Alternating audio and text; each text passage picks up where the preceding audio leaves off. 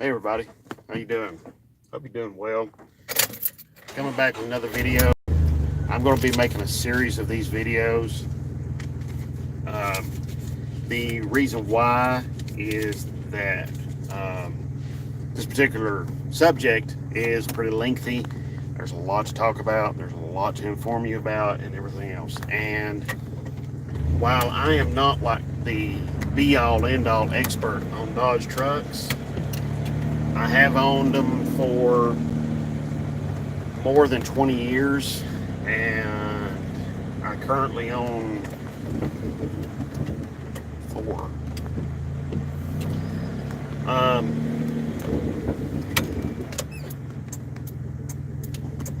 So,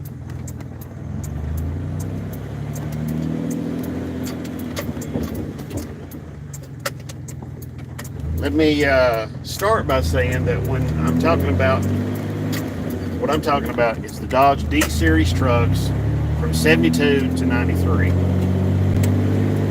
And the Dodge D-Series trucks are 2-wheel drive, okay, not 4-wheel drive. So if you got somebody who says, hey, I got a Dodge truck, it's a D100 and it's a D150 and it's 4-wheel drive. Well, no, that's a W series. W series are 4-wheel drive. Okay, so just thought you'd like to know that. A little bit of inside information that helps you distinguish, especially if you have to go and buy parts for them. Now, there is no, I'm happy to say there is no real years you have to avoid during those years, 72 to 93. There's not any that are like really bad or anything like that. All of them are actually really, really good. If you're going to use them as a truck and use them for what their intended purpose was to be a truck that you could drive comfortably every day of the week and haul stuff in, you know. I'm going to be primarily talking about the 2-wheel drive half-ton series. The D100, D150s. Just so you know, there's not a whole lot of technical, not a lot of technical differences there.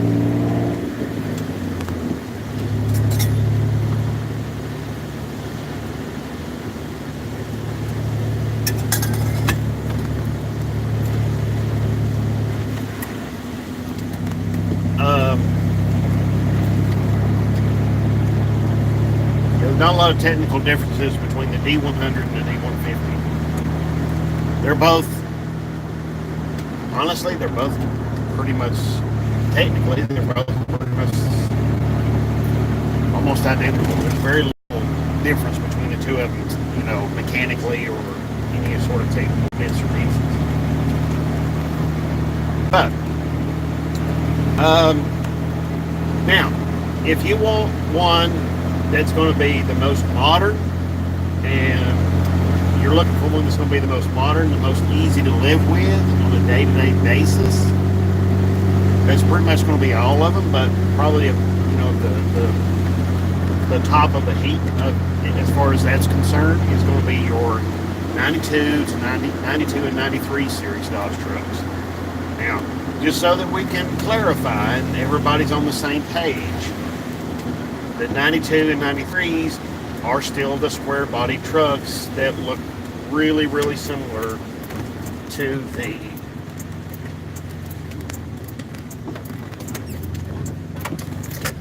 whoops.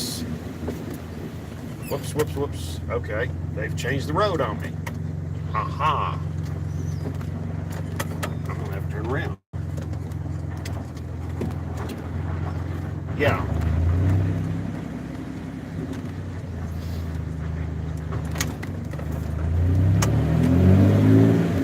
Yeah, this 92, 93 series is the easiest to live with on a day-to-day basis. And reason why they have the Magnum engine, they have the force. They usually have overdrive transmissions, whether manual or automatic, and they usually have a pretty good HVAC system, heating, ventilation, and cooling system. That actually works really well. The great thing about them is, you don't ever hear about somebody saying, "Yeah, I got to replace a blend door in my '92 Dodge truck." I've never had to say that.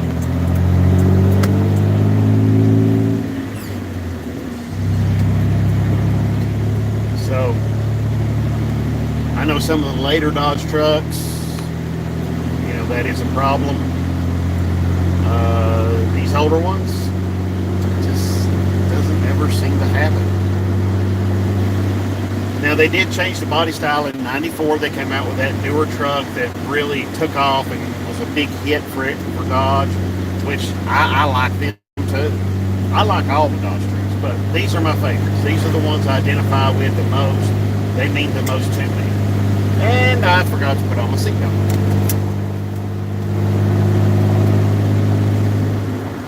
So I'm just ratchet jawing away. Didn't have my seatbelt on. Shame on me. Okay. Got it on now, so. Anyway.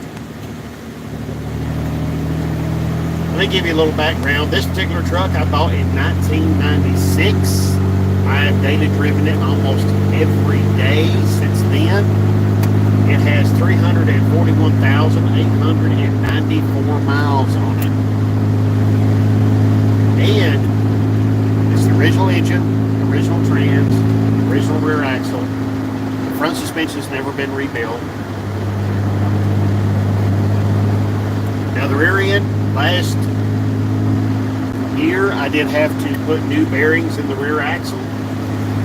Not only the axle bearings, but the carrier bearings there on the differential carrier. So I had to reset the pinion backlash and all of that.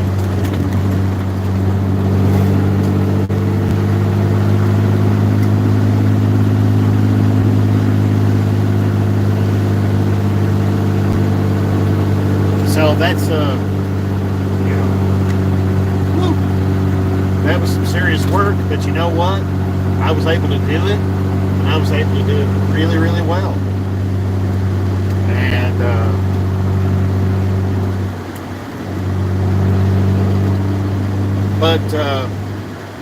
I was able to get the parts relatively easy. And that's another thing that's great about these trucks. Getting parts for them is not hard. But yeah, there's going to be some stuff that you're going to have to order, but there's a lot of parts stores that carry this stuff just right there.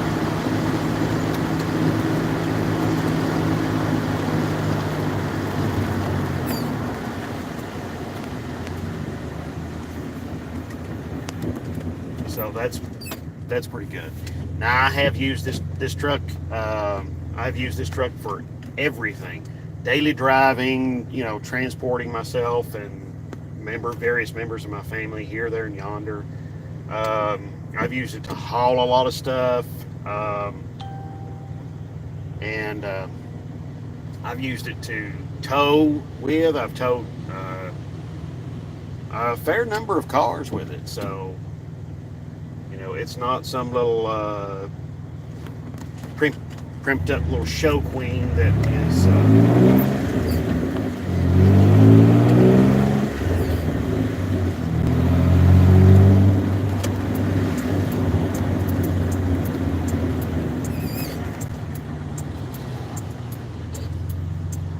okay. Now I'm going to be getting on the interstate, so I'm going to illustrate like the power. I mean, not that this thing's a race car, but this will give you an idea of the drivability on the interstate when you get up to speed. Accelerating up the long ramp.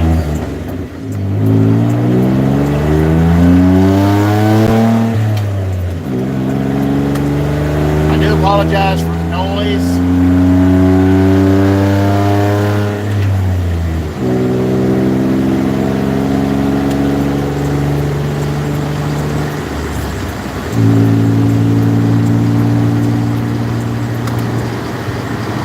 already up to 72, almost 75 miles an hour.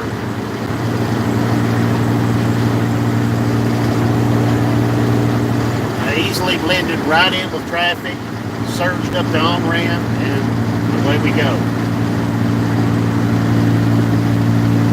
Remember, this engine has almost 350,000 miles on it. Whole truck, almost 350,000 miles on it, so not too shabby.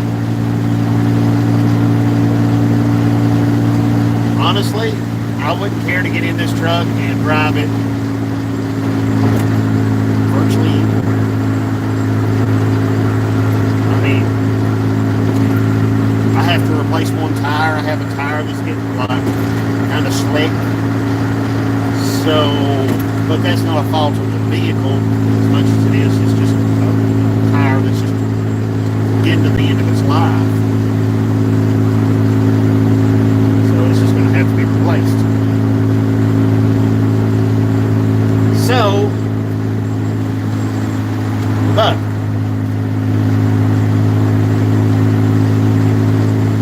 yeah, there's not really anything that you really want to like.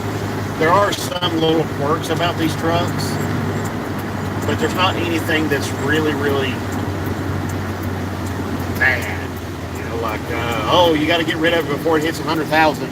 Or the entire electrical system will fry, or you know, something like that. The only time you see one of these trucks and it's a bad truck is when somebody has had the truck and they've just not taken care of it. And that is kind of like a common thing. Well, let me reiterate that. Let me back that up. It's not a common thing as much as it is. There's a lot of people that buy these trucks and they don't take care of them at all, ever. You know, to them it's just an old truck. Take it, work it, work it, work it, work it, work it, work it, until it falls apart. And they just run the thing into the ground until it has fell apart. And they don't fix anything until they have to fix it. And that's what really happens. So if you find one of these trucks somewhere and you're thinking about buying one, go over it pretty good and get yourself an idea of what you're going to be up against. These trucks are very straightforward in their mechanical nature and everything, which is really nice. It's really great. But I will admit that there are a lot of them that get worked to death, and they might not have that many miles on them, but they just get run to death, worked to death, and run to death, and it's just on and on and on and on to the point where it's just ridiculous. So what I'm going to say to you is this: you know, if you've got an opportunity to get one of these trucks, try to find one in as good a condition as possible. It's like anything else. The better the condition you're going to find it in, yeah, it's going to be worth maybe a little more money. You're going to pay a little more for it. But even then, these trucks aren't stupid expensive. They're actually they've got a real good price on them and everything like that. And it looks like by the windows, I'm going to have to turn on the defroster system, which will illustrate how well the defrosting system on these works.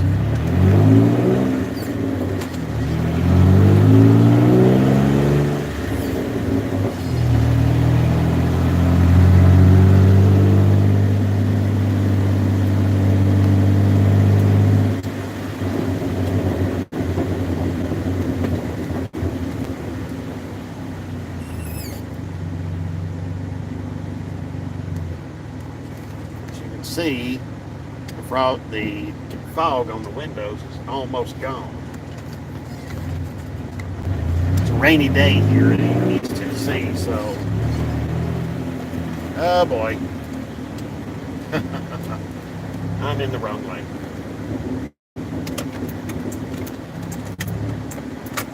Okay. Oh boy. Yeah, I forgot about that. One lane turns and one lane goes straight here where I'm at.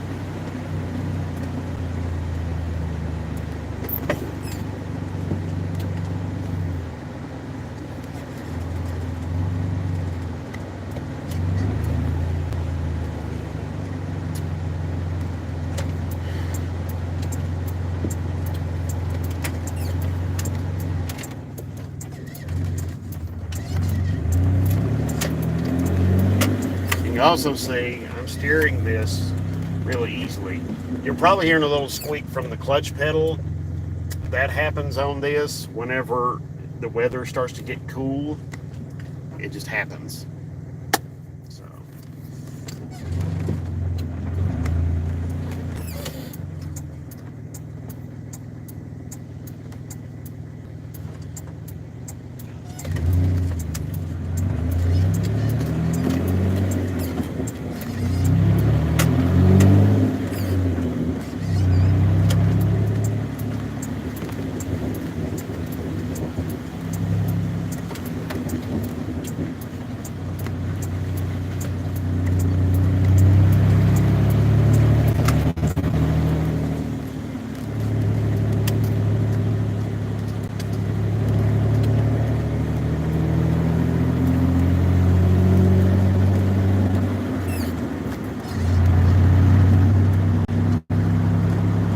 Okay.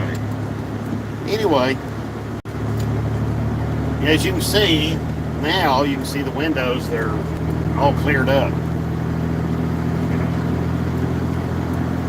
Now, of course, if you take care of one of these trucks, they're going to last you a long, long time. And so that's something to keep in mind, you know, 'cause some people really good about that, some not so much. Okay, so yeah, take care of them. It's like anything else. Take care of it. It's going to last a long, long time. If you don't, it's going to fall apart on you. Okay, but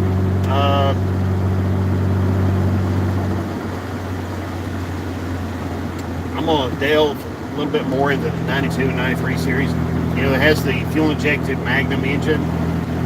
Usually has an overdrive transmission, comfortable seats, comfortable interior, stuff like that. Now, if you're like one of these people, you're very safety conscious, and you're like looking for, I mean, they do have internal door beams in the doors, but there is no, you're not going to find anything like,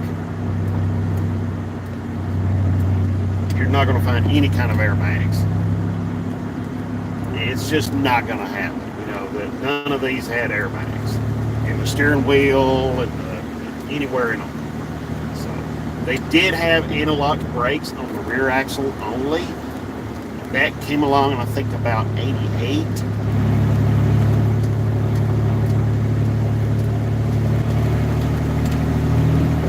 So that's something to keep in mind. Some people like the anti-lock brake system. Some people don't. It's just something you got to work on. You got to learn to use or like. Myself, I didn't have any problems with mine for a long time until mine just went like, just one day it just decided to go, started leaking like crazy and went to heck on me. And I turned around and I bypassed it, took it off, got rid of it. So I don't have an anti-lock braking system anymore on this truck, but thing of it is, you just have to be really careful. You should be really careful when you're driving in slippery conditions.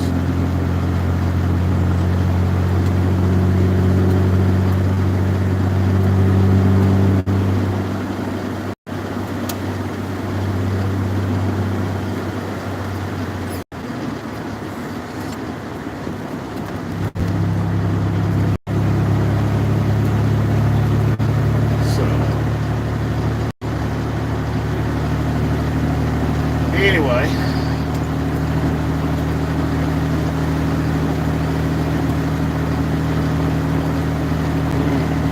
think I went too far.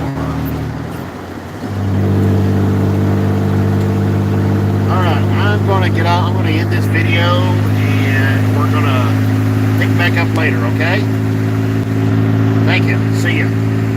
Appreciate you watching. Like the video, please give it a thumbs up. I'm going to get back with more information about the trucks and going to get back on the trailer project very soon because the weather's starting to improve a little bit around here. And if you do, subscribe if you like, and give the video a thumbs up. And I do appreciate y'all watching. Thank you, and God bless.